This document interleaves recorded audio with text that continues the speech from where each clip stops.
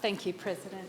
I rise today to speak on this bill. First and foremost, I would like to do a big shout out to all our emergency workers, whether it be through these times of COVID or at any other times. I'm extremely appreciative of the work that they do, and I would like to actually give an enormous shout out to a long-time friend of mine, Greg Scammell, who is a marker paramedic in Melbourne, and I'm constantly asking how he is travelling through these times of COVID and in his work environment, which must be completely horrendous at times. So there's so many things to say about this bill, and I'll start simply by pointing out that it will undoubtedly be one of the most important pieces of legislation on which we will be required to vote during this term of Parliament, both practically and symbolically. I make that observation because this is a debate that relates not just to a serious public health problem, but also the very essence of how government should be allowed to function and operate in a democracy. More to the point, it's a debate that requires us to address questions about the extent to which it is appropriate for governments and public officials to seek to impose their own will over the rights, freedoms and liberties of citizens.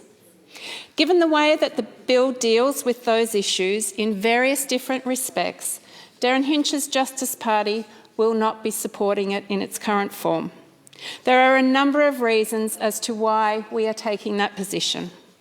One of those is that we believe absolutely fundamentally in the primacy of the people over their elected representatives in any democratic system. As I've said a number of times before in this Parliament, we are here at the voters' pleasure. No MP here at Spring Street should ever forget that they are a servant of the people, and that it is not the other way around. In keeping with that, I believe that extensive checks and balances should always be in place to guard against the misuse of power and authority by any government in Victoria, or indeed anyone acting on its behalf. Unfortunately, in my view, the measures being proposed in this bill conflict with those fundamental principles. There is certainly no clear or demonstrated reason, in my view, that the Chief Health Officer should, especially through Clause 4 and 6 of this bill, be granted even more personal power over the people of Victoria than he already possesses. In fact, the accumulation of more and more power in the hands of a chosen few creates multiple risks. Amongst those is that we will move even further away from recognising that people's liberties and freedoms do need to be urgently restored, not to be shackled for even longer. I worry that it may also further entrench a mode of thinking amongst ministers and their officials that, as soon as anything else goes wrong, the options of locking Victorians in their homes for a very long time, once again, perfectly acceptable and is only ever another stroke of the pen away. At the end of 6 months of austere restrictions, we are actually still in a worse position in the management of COVID case numbers than we were in as far as back in April. That's not the way we should continue to be governed, nor how we should be made to live for much longer. We have to pursue ways now of sensibly living with the virus, not permanently retreating and hibernating from it. The proposition here in Clause 3 of the bill is that COVID-19 can be cited as a serious risk to public health and a precursor to the declaration of a state of emergency, even in circumstances where the rate of community transmission is low or even where there has been no recent cases at all. That proposal is simply too open-ended. The government has suggested to me that it is mainly to help ensure the future management of visitors, ultimately coming back into the state in higher numbers once again. Unfortunately, though, I don't have confidence that the Victorian public is adequately safeguarded from the possibility that this provision could be exercised, and a COVID-related state of emergency therefore declared. without meaningful justification and at any moment that a government or the CHO happen to see fit. Then, of course, we come to the most famous, or perhaps I should say infamous, part of the bill, which is the one that attempts to lift the current maximum 6-month threshold on the use of the state of emergency power in Victoria. I do not understand the basic dilemma for the minister and for the government here, namely that the current state of emergency is due to end on the 13th of September with no obvious, legally foolproof or fully comprehensive way for the government of replacing it other than obtaining this extension. However, I would also argue that this is a dilemma essentially of no one else's making but their own. In addition, there are also very good reasons why there is a 6-month limit on the state of emergency power in the first place. Indeed, in the 2008 second reading debate on the introduction of the Public Health and Wellbeing Act, the then Health Minister, a certain Daniel Andrews, made quite clear, and I quote, that it enables a proportionate response to matters ranging from small incidents to emergencies, such as an influenza pandemic. Let me repeat that. He said quite clearly, a proportionate response. With all of these considerations in mind, I stand together with all of those in this Parliament who want a pragmatic and indeed a proportionate solution to the issues at the heart of this bill. It seems to me that in the current circumstances, where the government insists that an immediate end to restrictions on the 14th of September is impossible, the most valuable option is for the state of emergency to be extended by a month. The Parliament can then revisit whether any further monthly extensions are even necessary any longer. Given the manner in which events have transpired over the course of this year and the severe infringement of the basic freedoms and civil liberties of Victorians in this process, the very idea that, first, another 12-month or now even another 6-month state of emergency extension to be handed to the government is simply not palatable. I don't know if enough people in here have satisfactorily worked this out yet, but it needs to be remembered that Victoria's levels of lockdowns and restrictions have been the harshest in Australia, and yet by far currently the least successful. For every day that this continues, our economy is further decimated. More jobs are lost, more businesses collapse, mental health problems more rapidly escalate, our school children face more setbacks, more domestic and family violence ensues, more relatives and friends are separated from one another, sometimes never to see each other again, and Victorians everywhere lose more hope. I've specifically had a mother on the phone crying because she has just been diagnosed with terminal cancer and she is unable to see her family before she becomes so ill that she'll be in palliative care. Any further extensions of the restrictions and lockdowns that have already decimated this state must therefore be an option of last resort, not the automatic, ongoing default option from which the government and the CHO have shown themselves to be very disinclined for half a year already to deviate. Whilst I acknowledge that these judgments are made far more easily with hindsight, and we know how much more about the virus in September than we did in March, that also highlights the point to me that there has not been nearly enough flexibility in the response over the past 6 months.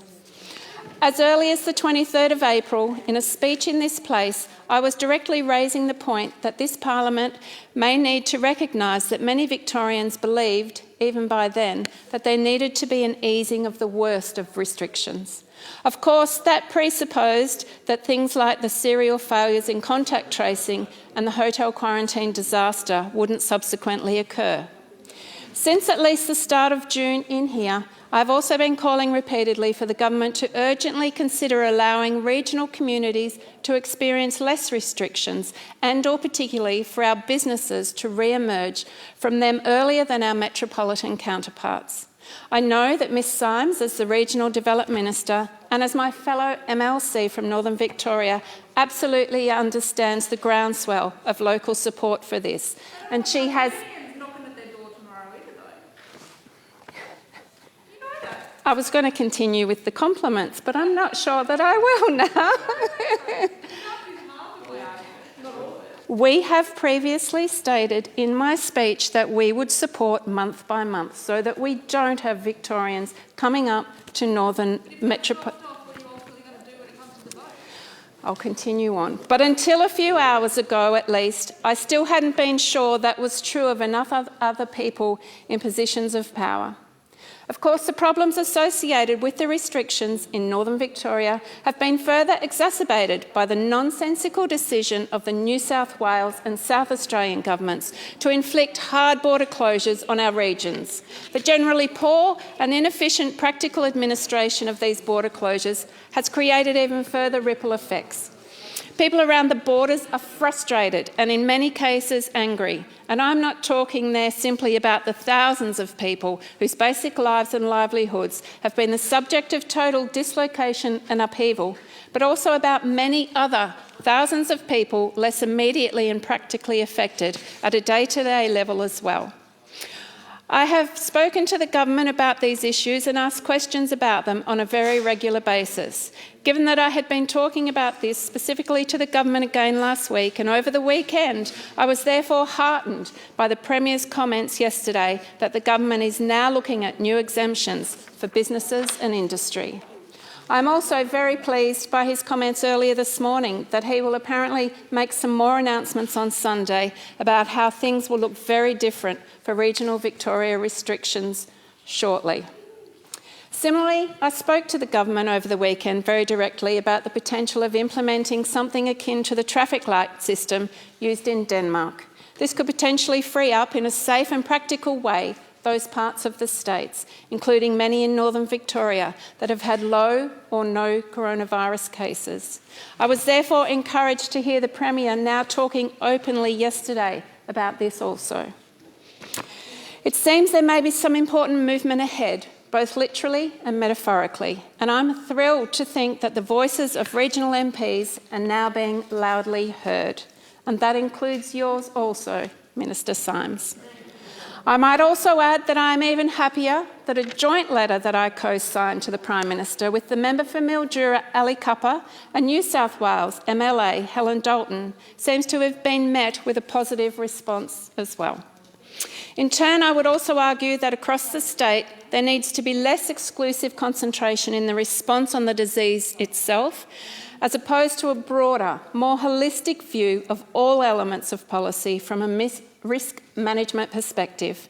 In other words, there has not been a sufficiently holistic approach that has appropriately balanced COVID-19 specific considerations with the wider-ranging impacts of locking down the state. That has not only caused the response to COVID to become disproportionate to the overall risk, but it has spawned many other challenges to Victorians, including substantial reductions in our quality of life as a whole.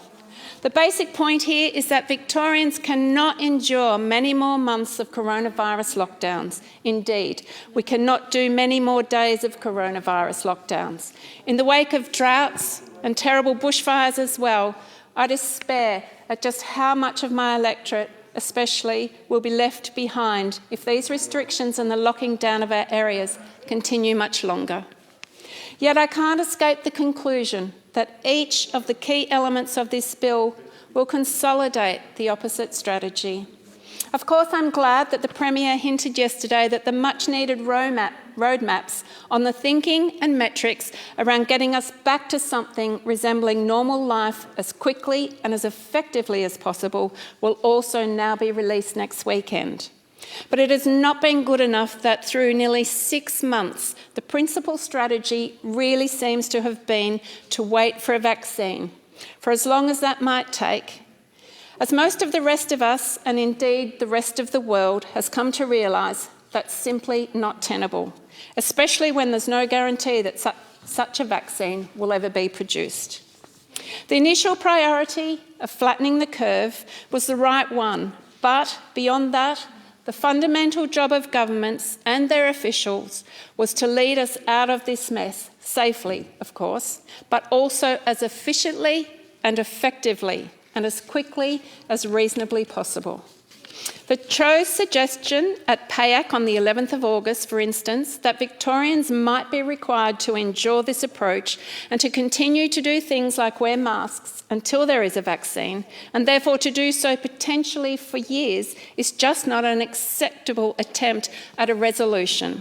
And I know too that many thousands of other Victorians would agree.